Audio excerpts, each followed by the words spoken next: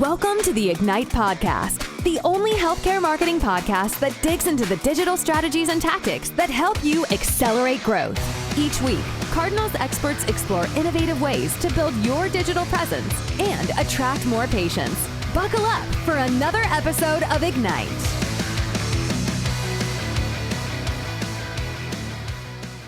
Hey everybody, excited to have you listening today. You guys are in for a treat. PPC has changed a lot over the last year. We've got Rich Briddock. He's our SVP of Performance Marketing.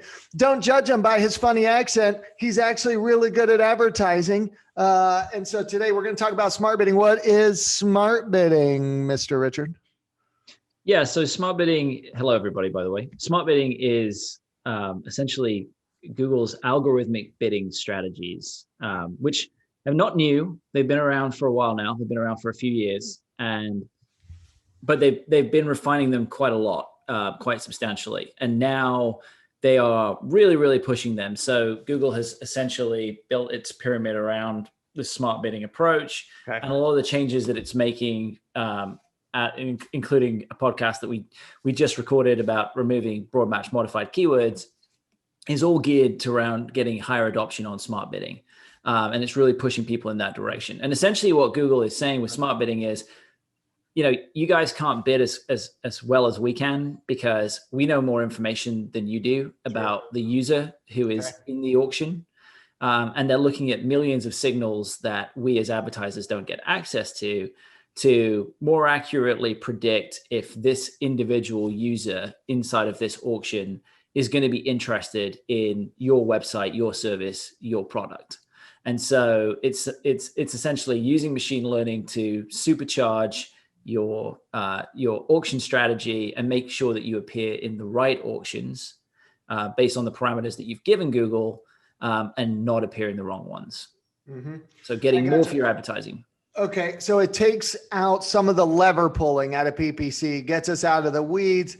Why? Is it just a money play by Google, or is it actually making advertising more effective for our clients? I think it's more about making advertising more effective. Again, as we mentioned on the prior pod, there is a play by Google, an overarching play to try and make Google Ads more consumer friendly. But I think in this case, it's really about trying to have a more sophisticated bidding mechanism that will understand nuances about your audience rather than just looking at the keyword and showing based on the keyword and the bid. They're actually trying to say, okay, I know that this person in the auction that I'm about to show my ad to is a mother. She's 55. Her household income is X. She's been browsing around on these websites. She's performed these searches. She's been to the site once or twice already. And this matches the profile of people who convert at a much higher rate on my site. Okay. So I really want to win this auction. Okay. And so I'm going to adjust my bid in the auction to try and win that one more aggressively because I know that she'll convert and I'll have a lower cost per acquisition or I'll have higher return on ad spend. Google is modifying the bids in auction because they'll convert better. When everybody is on smart bidding, who wins?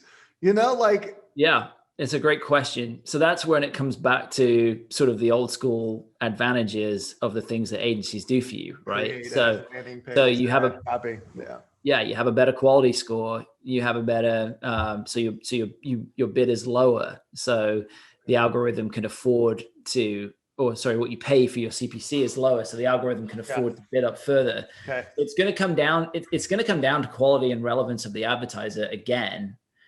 It's just, if you adopt smart display before everybody else has done it, you also have this material advantage of smarter bidding on top of the fact that you may be more relevant and have a better quality score and have a better message and a better landing page and all these other things that are going for you. Yeah. When did smart bidding come out? 6 months ago? No, it's been out for a while. It's been out for 2 to 3 years. So it's been around the block for a while. I think the issue with smart bidding is it wasn't really compatible with the way a lot of advertisers were set up, right? So you need to get a certain number of conversions at the campaign level in order for smart bidding to really work, right? It collects conversion data and it uses that data to make. So if you are running small campaigns, it could take months to move to smart bidding, but the bigger advertiser, we just did this for a client spending $600,000 a month over 100 different campaigns or something. And it was brutal. It hurt. It can hurt for a couple of weeks. You tank performance for a while, don't you? I mean, because essentially what you're doing in the very segmented approach, which was a sort of historical approach, is as a human, you are trying to mitigate risk as much as possible. So you're segmenting every little thing so you can control that thing and not spend budget in a way that is wasted. But for smart bidding to work, you have to consolidate everything to the campaign level so that campaign will generate plenty of conversion volume so that smart bidding can get smarter.